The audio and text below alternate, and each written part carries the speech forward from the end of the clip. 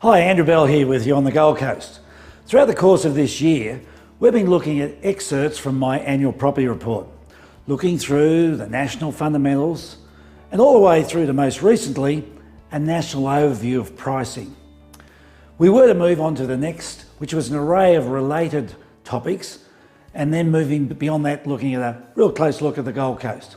However, this week I thought we'd pause and have a little review of the latest relevant updates that are impacting on the real estate market. What's been happening? Since we've been together last, the federal budget has been announced. It is impacting on a number of our 5 fundamentals. Clearly, GDP is slowing and the forecast is not as rosy as it was before. No surprise that it's been necessary to lower interest rates. Our recent 0.25% drop has opened up discussions around predictions for further drops. It may well occur. Unemployment is really significant in its effects on the real estate market. Now, interesting, employment rose by 50,000 in April after falling by 31,000 in March. Unemployment rate fell from 5.6 to 5.5 in the same month, but the budget forecasts unemployment to rise a couple of points. Falling interest rates have also had a positive effect on the housing affordability, and whilst the latest figures aren't yet released, we should see an improvement on that front even further.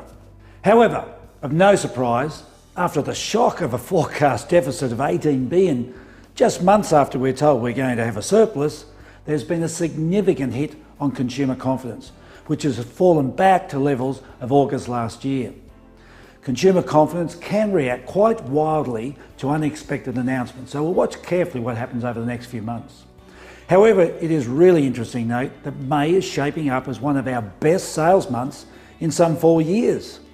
The activity is right across the board, from our offices in Central Surfers Paradise and Main Beach, out to our general housing areas of Sorrento, Benoa and Molondina, moving north through Southport, and to the offices we have at Hope Island, Sanctuary Cove and Coomera. The activity is in commercial and residential, as well as projects. So despite a less than desirable picture of our budget, it's apparent that buyers see through this and register that this remains the best time to buy.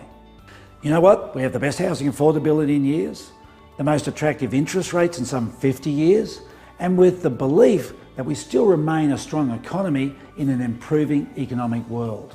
Now, there are other basic fundamentals that we should also register interest in.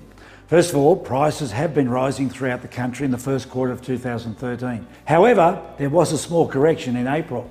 The volume of properties listed for sale has been in decline, down about 6% across the country and down over 26% in Brisbane.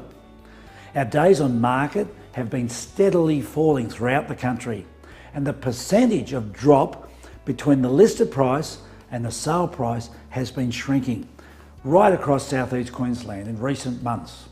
There's been a 10% increase in the number of sales during the course of the last 12 months and accelerating, so fewer listings and more buyers. The formula is pretty simple.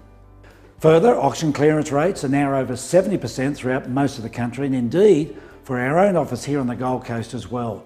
Remember that any success rate in excess of 50% means the prices are rising, and at 70+% represents a strong market. So what do all these factors mean? Some are positive for real estate and some are not helpful at all, but the overwhelming percentage, such as interest rates, housing affordability, relatively low unemployment, shrinking stock numbers, rising volumes of sales and a higher success rate at auction, all point towards a very firm real estate market.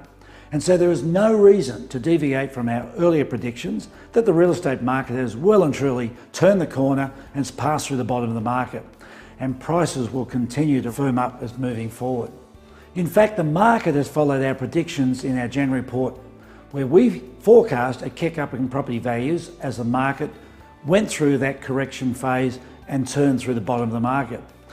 The significant rise in property values in the first quarter was clear signs of that first kick up in property values. Moving forward, we do now expect to see property values rise at a much more modest pace, or perhaps even better described as a more sustainable pace.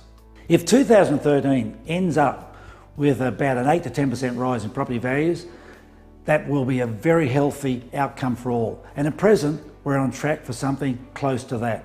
But remember, a good percentage of that has already occurred during the first 5 months of the year.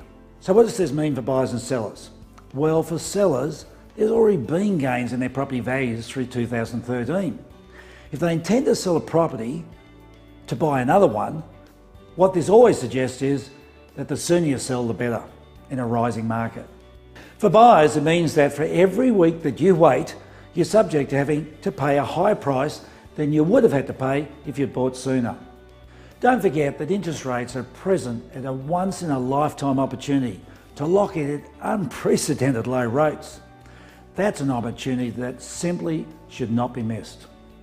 Well, our next e-newsletter, we'll have a closer look at the whole topic of financing. It's usually an early indicator of sales that will be coming through into the marketplace in the next few months.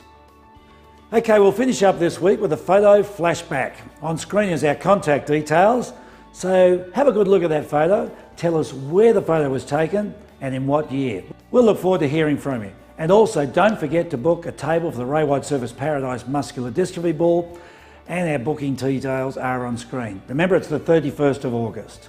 Well, stay well, and I'll catch up with you in a fortnight's time. Thanks for your time.